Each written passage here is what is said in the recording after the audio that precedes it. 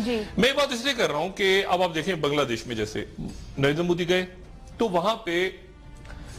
शेख हसीना वाजिद वहां पे आजकल वजीर आजम है। अच्छा, हसीना वाजिद जो हैं ये शेख हसीना वाजिद अपने नाम के साथ शेख इसलिए लगाती हैं कि शेख मुजीबुर रहमान की बेटी है, मुजीबुर रहमान जिन्होंने बांग्लादेश बनाया था। जी। और वाजिद इसलिए लगाती हैं कि बेवा हैं, इनके शौहर वाजिद मियां का इंतकाल हो गया था 2009 में। तो शेख हसीना वाजिद वहां पे यानी मुजीबुर रहमान की साहबजादी वजीर आजम है। अब उनकी एक बिल्कुल क्लैरिटी है, अवामी लीग जो कि मुजीबुर रहमान की अवामी लीग थी उसकी वो अब सदर हैं 1981 से, वहां पे वो उसको रिप्रेजेंट करती हैं, उस थॉट को, उस फिक्र को, और वो बड़ी क्लोज है इंडिया के साथ, क्योंकि इंडिया ने जाहिर है उस वक्त मुफ्ती बानी को सपोर्ट किया, खुल के सपोर्ट किया। और इसीलिए नरेंद्र मोदी गए तो वहां पे यानी एक तरह से नरेंद्र मोदी ने वो कहते हैं ना, क्लेम किया उन्होंने कि हमने हमारे ही जवानों ने यहाँ पे शहादत शहीद हुए, भारतीय वो अपने फौजियों को भी शहीद कहते हैं, वो कहते हैं हमारे जवान जो है वो शहीद हुए भारत के और हमने कुर्बानियां दी, शहीद का लफ्ज वो भी इस्तेमाल करते हैं अपनी फौज के लिए। और उन्होंने जो है वो इतना कुर्बानियां देके बांग्लादेश को आजाद करवाया पाकिस्तान से। तो एक तरह से आप समझें कि वहां पर एक हसीना वाजिद एक तरह से इंडियन कठपुतली टाइप जो है एक खातून है जो वहां पे बैठी हैं। तो वो एक आपको समझ में आता है कि उनका क्या नुक्ता नजर होगा हसीना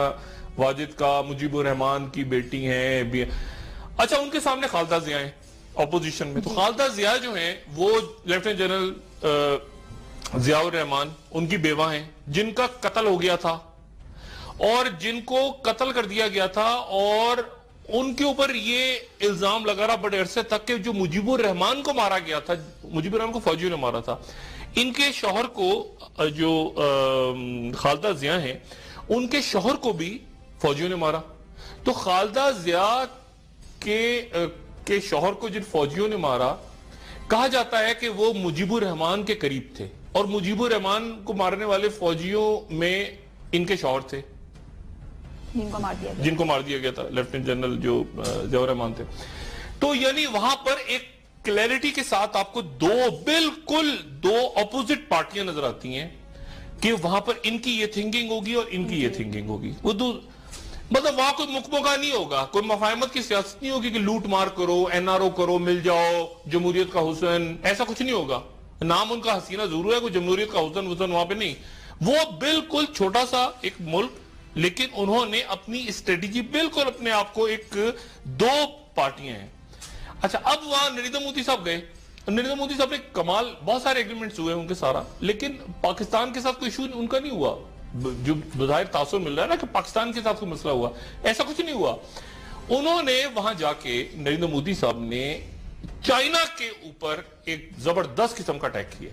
और वो इसलिए किया है कि मैं मुख्तसर से सादा अल्फाज में बात करता हूं, फिर मैं आ जाता हूं पाकिस्तान, ये मुश्किल बातें मैं छोड़ देता हूं।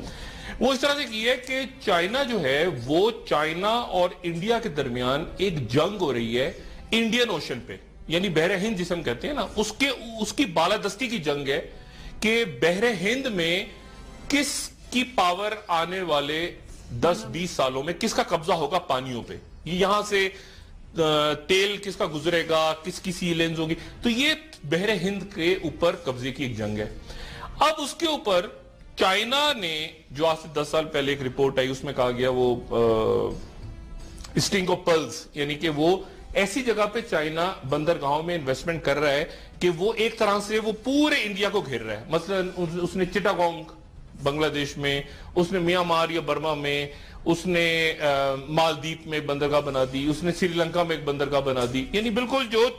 ताकि इंडिया को फीलिंग है कि हमें चाइना घेर रहा है। गवादर को भी उसमें ऐड करते हैं वो। अच्छा, फिर और आगे चला गया, जिबूती में चला गया, नामीबिया में चला गया, यानी ऐसे करके पूरे जो इंडियन ओशन है आप शुरू कर दें, बिल्कुल उसके मशरिकी हिस्से से शुरू करें और उसके बाद आप मगरबी हिस्से में आ जाएं बहरीन के। तो ऐसे करके एक पूरा आपको लगेगा कि चाइना जो है वो घेर रहा है, समंदर के अंदर घेर रहा है इंडिया को। अच्छा, अब इंडिया में जो चाइना ने बंदरगाहें बनाई उसमें एक श्रीलंका की भी है जहां हमारे आर्मी चीफ हैं, ये बड़ी इंपॉर्टेंट बात है, जहां हमारे आर्मी चीफ हैं श्रीलंका में, वहां पर जो पोर्ट बनाई वो चाइना ने बनाई। और वहां पे कुछ अर्से पहले इंडिया को इतराज हुआ कि वहां पे चाइना की सबमरीन या आबदोज वहां पे पाई गई है, तो बड़ा शोर मचाया, मोदी साहब गए वहां श्रीलंका, बड़ा हंगामा हुआ इंडिया का कि ये सबमरीन क्या कर रही है वहां पे। बहरहाल, अच्छा अब क्या हुआ कि मोदी साहब ने वहां जाके जो मुआहदे, बहुत सारे मुआहदे किए, उनको लैंड डिस्प्यूट था, ये था, बहुत सारे, वो एक दरिया के ऊपर, लेकिन जो अहम तरीन बात हुई है वो ये हुई है कि जो चिटागोंग की बंदरगाह है, चिटागोंग की बंदरगाह पे चाइना ने इन्वेस्ट किया हुआ है। चाइना ने चिटागोंग की बंदरगाह पे इन्वेस्ट किया हुआ है। वहां पर नरेंद्र मोदी साहब ने इजाजत ले ली है कि अब भारत के जो बहरी जहाज हैं वो भी जाके वहां पे खड़े हुआ करेंगे। सही। अच्छा, इसके ऊपर अब एक नया मसला, यानी पाकिस्तान का इशू नहीं है, पाकिस्तान क्या मसला है, भारत ने चाइना के साथ एक परमिशन लेकर तो उनका एक पंगा चल, यानी वहां पर एक मसला उन्होंने किया कि चिटागोंग के अंदर जो है वो इंडिया के अब वेसल्स की परमिशन ले लिए। अब जो हसीना वाजिद है वो ऑलरेडी एक तरह से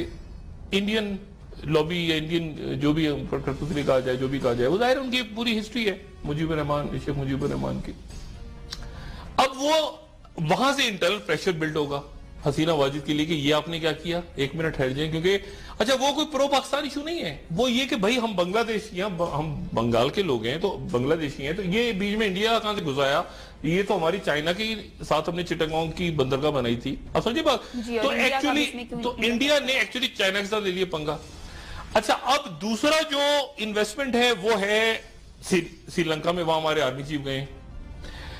एक और मैं बात कहने वाला हूं, ये मेरा अपना बिल्कुल अंदाजा है, मुझे नहीं पता कि ये मुझे क्यों महसूस हो, मुझे महसूस ही हो रहा है कि जो ये रोहिंग्या मुसलमान है ना,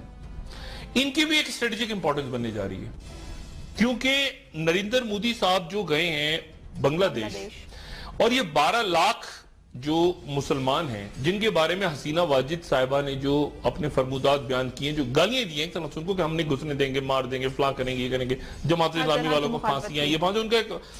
अब इस पूरे चक्कर में वो जो मुसलमान इस वक्त बैठे हैं समंदर में,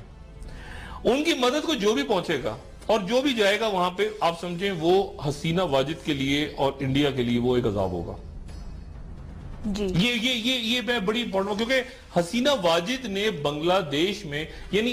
हो सकता है कि वो, देखिए निकाला तो म्यांमार ने है ना, लेकिन हो सकता है कि वो म्यांमार की तरफ ना जाएं, हो सकता है कि वो बांग्लादेश में घुसें, क्योंकि बांग्लादेश ने तो उनके साथ अच्छी खासी, दोनों मुल्कों ने, म्यांमार ने भी और बांग्लादेश ने भी, तो इनका एक आने वाले दिनों में कोई, अल्लाह ना करे, लेकिन मुझे ऐसा लगता है कि कोई मिलिटेंट, दाइश ऑलरेडी उनको अप्रोच कर चुकी है, लेकिन इनका कोई और रोल भी बन सकता है ये जो लोग समंदर में इस वक्त घूम रहे हैं। अच्छा, अब जो आपके